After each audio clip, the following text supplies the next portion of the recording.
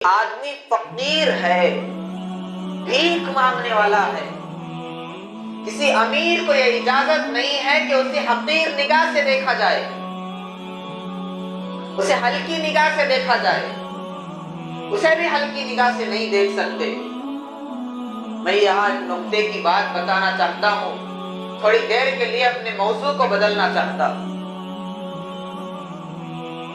اگر ایک فقیر کو حقیر نگاہ سے نہیں دیکھ سکتے، اگر ایک بھیک مانگنے والے کی ایک امیر آدمی غیبت نہیں کر سکتا، اگر بھیک مانگنے والے کو کم نگاہ سے، گری ہوئی نگاہ سے نہیں دیکھ سکتے، تو کیا بتاؤ یہ اسلام ہمیں اس کی اجازت دے گا کہ اسلام میں مسلمانوں کے جو علماء ہیں ان کو حقیر نگاہ سے دیکھا جائے؟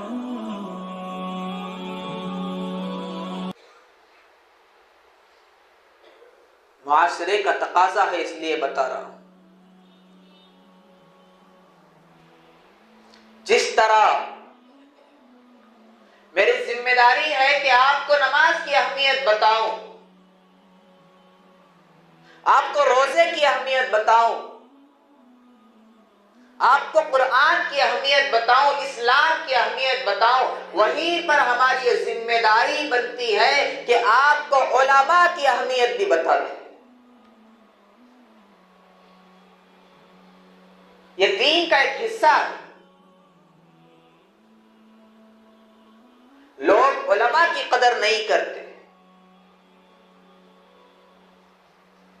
اگر کوئی یہ سوال کرے کہ آپ جس مذہب کے بڑے بڑے دعوے کرتے ہیں، آپ بڑے بڑے دعوے کرتے ہیں کہ آپ کا مذہب ایسا ہے ویسا ہے، آپ ذرا بتاؤ کہ آپ کے مذہب کے جو اسکالر ہیں آپ ان کی کتنی بات مانتے ہیں؟ آپ ان کی کتنی قدر کرتے ہیں؟ یاد رکھو، جس طرح نماز کی اہمیت دین میں ہے، اسلام میں ہے، زکوٰۃ کی اہمیت ہے، حج کی اہمیت ہے، اسی طرح علماء کی بھی اہمیت ہے۔ بہت سے لوگ اسے چھپاتے ہیں، اس موضوع پہ بات ہی نہیں کرتے، لیکن الحمدللہ میں کسی بات کو چھپانے کے قائل نہیں۔ جو بات دین میں ہے، ہر بات آپ کو بتانا یہ ہماری ذمہ داری۔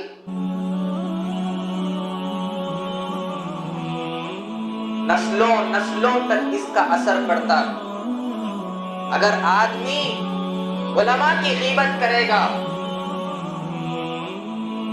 اگر آدمی جس امام کے پیچھے نماز پڑھتا ہے یا کوئی اور امام اس کی غیبت کرے گا، اسے حقیر نگاہ سے دیکھے گا، تو میرے تجربے کی بات یہ ہے، گارنٹی کے ساتھ کہہ سکتا ہوں، اور اللہ والوں سے بھی یہ بات معلوم ہوتی ہے کہ اس کی اولاد ترقی نہیں کر سکتی۔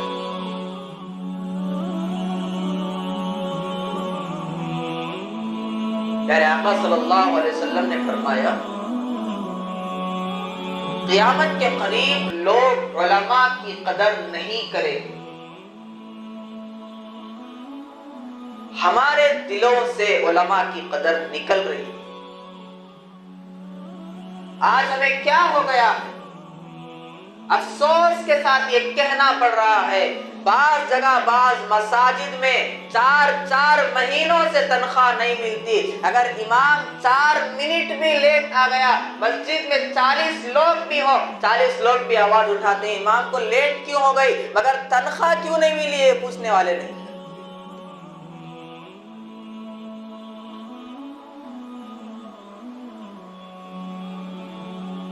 یہ سب بتانا میرا شوق نہیں، میں اس لیے بتا رہا ہوں، اگر کل قیامت کے دن اللہ یہ سوال کر دے، اللہ اگر یہ سوال کر دے کہ میرے بندے تیرے دل میں نماز کی اہمیت تھی، روزے کی اہمیت تھی، زکوٰۃ کی اہمیت تھی، قرآن کی اہمیت تھی، حج کی اہمیت تھی، لیکن میں نے جنہیں ذمہ دار بنایا تھا تو اس کے تابع چلے، جو تجھے نماز پڑھاتے تھے، جو تجھے ہوشیار کرتے تھے، ان کی اہمیت تیرے دل میں نہیں تھی۔ اگر آپ اللہ کے سامنے یہ کہیں گے اللہ وہ خطابت کرنے والا، وہ بیان کرنے والا، وہ وعظ کرنے والا، اس نے نماز کی اہمیت بتائی، روزے کی اہمیت بتائی، زکوٰۃ کی اہمیت بتائی، حج کی اہمیت بتائی، قرآن کی اہمیت بتائی، لیکن اس نے علماء کی اہمیت نہیں بتائی، اس لیے میں نے علماء کی قدر نہیں کی، تو ذمہ دار کون ہوئے؟ تو دین کا ہر حصہ آپ تک پہنچانا یہ ہماری ذمہ داری بنتی ہے۔ اس لیے میں آپ کو ایک واقعہ بتانا چاہتا ہوں کہ ایک مرتبہ ایک آدمی بہت بڑا مدرسہ چلاتا تھا، مدرسے کا صدر تھا۔ اس نے ایک بزرگ کے پاس گیا اور کہا کہ حضرت کئی سال ہو گئے میرا بچہ نہیں پڑھ رہا، آگے نہیں بڑھ رہا ہے۔ حضرت نے پوچھا آپ کیا علماء کی ناقدری کرتے ہیں؟ اس نے کہا بالکل نہیں کرتا، میں عزت کرتا ہوں۔ تھوڑی دیر سوچنے کے بعد حضرت نے کہا آپ تنخواہ جب دیتے ہیں تو آپ خود جا کر کے دیتے ہیں یا بلوا کر کے دیتے ہیں؟ تو اس نے کہا کہ پورے اساتذہ کو میں اپنی آفس میں بلواتا ہوں، اس کے بعد دیتا ہوں۔ اس نے کہا بے ادبی ہے، آپ کو خود جانا چاہیے تھا۔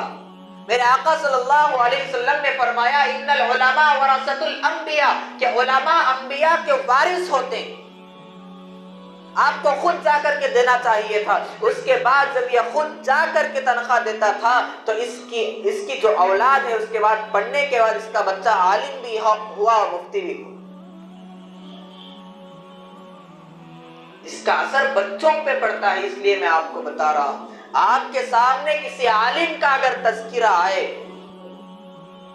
آپ ان کی قدر بھی کریں اور اس کے ساتھ ساتھ اپنے بچوں کو حافظ قرآن اور عالم